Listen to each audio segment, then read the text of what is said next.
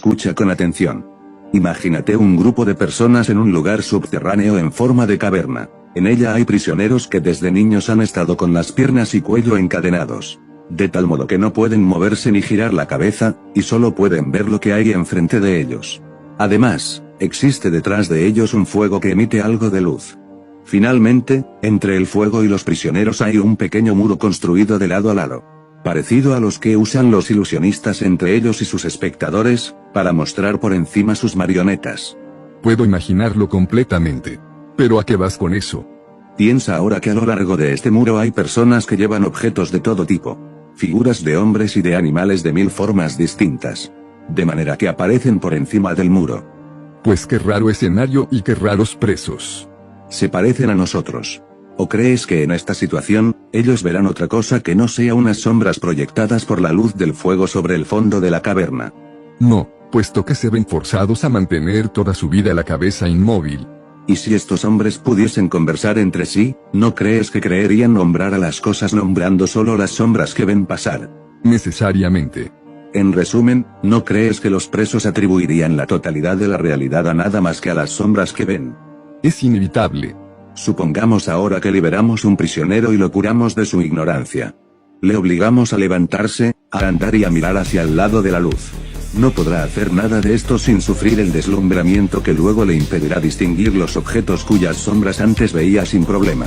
Tiene sentido.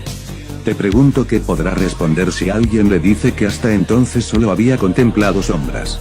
Pero que ahora, más cerca de la realidad y vuelto hacia objetos más reales, ve con más perfección. Posiblemente se le dificulte asimilarlo. ¿Y qué sucedería si mostrándole cada objeto que antes veía, se le obligara a responder qué piensa que es? ¿No crees que se encontrará en un apuro, y que le parecerá más verdadero lo que veía antes que lo que ahora le muestran? Sin duda.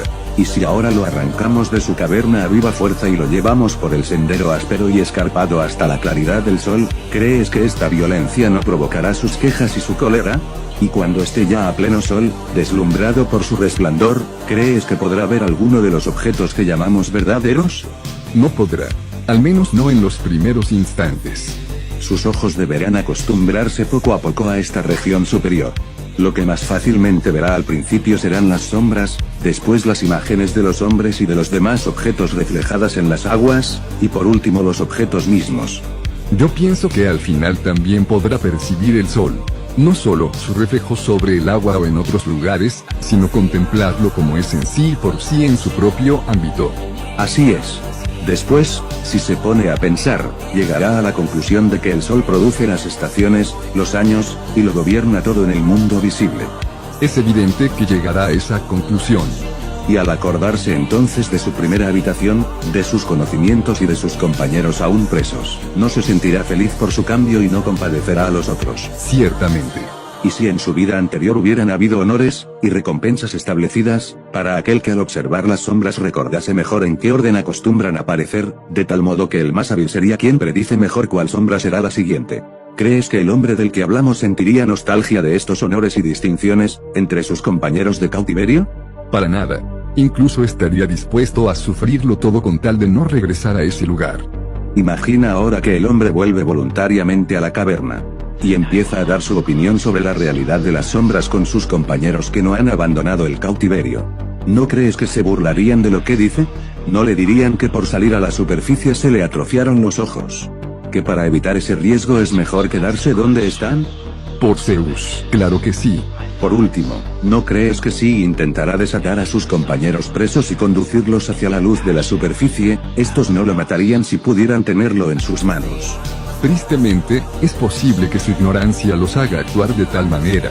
Pues esta es, querido Glaucon, la imagen de nuestra condición con respecto a la ciencia y a la ignorancia. La caverna es nuestro mundo visible, el fuego que produce las sombras es nuestro sol, y el prisionero que va hacia la zona superior es el alma que se eleva al ámbito inteligible. Entiendo, pero si el sol de nuestra realidad es el fuego de la caverna, ¿cuál sería el equivalente del sol de ese mito para nosotros?